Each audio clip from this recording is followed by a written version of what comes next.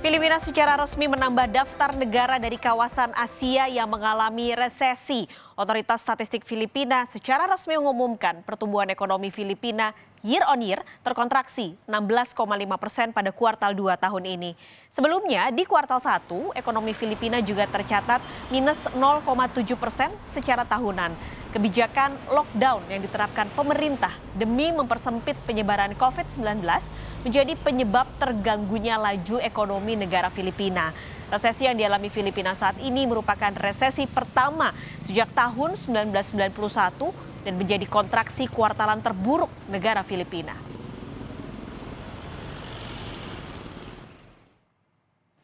Sementara di Indonesia beragam usaha dilakukan untuk memulihkan ekonomi. Nah, yang terbaru saudara, Presiden Joko Widodo berencana menggabungkan BUMN pariwisata dan juga penerbangan dalam satu holding. Nah, bagaimana dampaknya pada pergerakan saham? Kita langsung menuju lantai bursa. Sudah ada jurnalis Kompas TV Dian Silitonga bersama juru kamera Wandi Yansen di sana. Selamat pagi Dian, itu jadi sentimen baikkah rencana Presiden menggabungkan BUMN penerbangan dan pariwisata ini? Ya, selamat pagi Paskalis dan juga saudara. Ini memang cenderung akan menjadi sentimen positif Paskalis, setidaknya bagi pergerakan saham penerbangan plat merah kita Garuda Indonesia. Karena kalau kita ingat memang kinerja penerbangan kita ini cukup terpuruk sejak adanya pandemi. Bahkan Badan Pusat Statistik juga sempat mencatat terkait dengan angka kunjungan mancanegara ini kita mengalami penurunan pada triwulan kedua. Angka penurunannya ini anjlok sekitar 81% Paskalis karena pada triwulan pertama tercatat angka kunjungan mancanegara kita ini masih bisa menembus 2,6 juta kunjungan begitu, tetapi pada triwulan kedua ini angkanya merosot hanya sekitar 400 ribuan kunjungan saja. Nah, penurunan angka kunjungan mancanegara inilah yang kemudian membuat atau mendorong pemerintah membuka kemungkinan potensi penggabungan BUMN penerbangan dan juga pariwisata menjadi hanya satu holding saja. Nah, efek dari wacana ini sudah langsung terasa Paskalis pada pergerakan saham Garuda Indonesia karena pada perdagangan hari kemarin tercatat saham Garuda Indonesia ini melejit atau menghijau 1,67%. Nah, kita akan langsung lihat bagaimana pergerakan saham Garuda Indonesia selama 6 bulan terakhir. Ini pada Februari 2020, saham Garuda masih cukup sehat, Rp396 per saham. Kemudian pada Maret ketika ada pandemi di Indonesia, ini sahamnya langsung anjlok menjadi Rp150 per saham.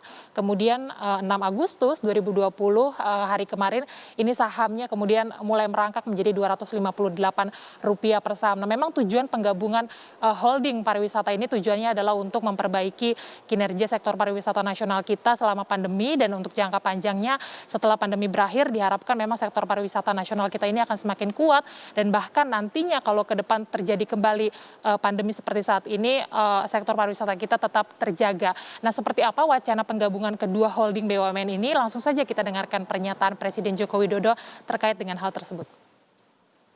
Penurunan ini justru menjadi momentum kita untuk konsolidasi, momentum kita untuk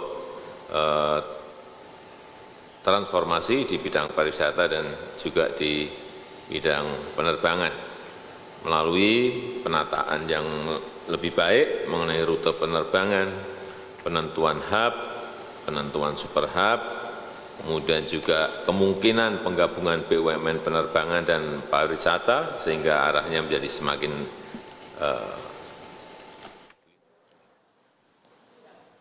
Ya, Paskalis, bukan hanya saham Garuda Indonesia saja yang menguat, tetapi IHSG kita juga pada perdagangan hari kemarin ikut menguat, ini sebanyak 1%. Nah, bagaimana pergerakan indeks harga saham gabungan kita pada hari ini? Kita langsung lihat saja, Paskalis dan juga saudara, apakah melanjutkan penguatan? Ternyata tidak melanjutkan penguatan, bergerak di zona merah. Kita lihat di sana melemah 0,12%, melaju di level 5.171. Nah, nampaknya seperti yang Anda sampaikan tadi Paskalis, resesi Filipina ini menjadi salah satu sentimen negatif bagi pergerakan indeks harga saham gabungan kita hari ini.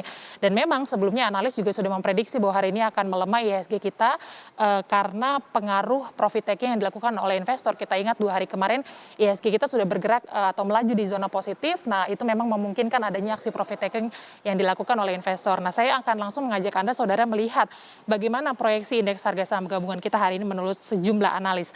Yang pertama ada analis Bina Arta Sekuritas, M. Nafan Aji ini menyampaikan IHSG kita akan bergerak di rentang 5.097 hingga 5.233. Kemudian analis dari Indo Premier Sekuritas, Mino, ini juga menyampaikan IHSG kita akan bergerak di rentang support 5.115 hingga 5.235. Kemudian analis Reliance Sekuritas, Lanjar Nafi, ini juga menyampaikan IHSG kita hari ini akan bergerak di rentang support 5.107 hingga resisten 5.220. Pergerakannya akan dinamis Paskalis karenanya kita masih akan tetap menunggu hingga akhir perdagangan nanti. Kembali ke studio.